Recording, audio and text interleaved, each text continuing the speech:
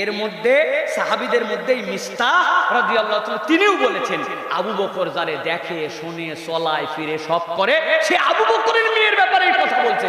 আবু বকর শপথ করলেন, আর জীবনে তোমাকে কিচ্ছু দিব না বেঁচে থাকতে, আমার মেয়ে যাই হোক বেটা, আমার কৃতজ্ঞতাই তো তোর দুনিয়া বিপক্ষ থাকলো, তোর তো পক্ষে থাকার কথা। খারাপ কিছু বলছেন আবু বকর না, কিন্তু আল্লাহ আয়াত অবতীর্ণ করেছেন, ওয়ালা ইয়াতালি উলুল ফাদলি মিনকুম ওয়াসসাআতি আন ইয়াতু উলিল কুরবা ওয়াল মাসাকিন।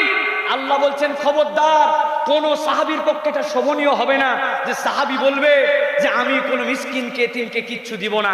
আল্লাহ বলছেন, আবু বকর আপনি তো আবু বকর হয়েছেন যে জন্য, ওইটা যদি ঠিক রাখতে চান ওয়াল ইয়াফু ওয়াল ইয়াসফাহু, আপনি ক্ষমা করে দেন এবং মানুষের দোষ ত্রুটিকে আপনি উপেক্ষা করেন। সুবহানাল্লাহ। নিজের মেয়ের নামে ব্লেম দিছে, আল্লাহ বলছেন দোষ ত্রুটি উপেক্ষা করেন, ক্ষমা করে দেন। আর মুসলমানের চরিত্র হয়েছে খুঁজে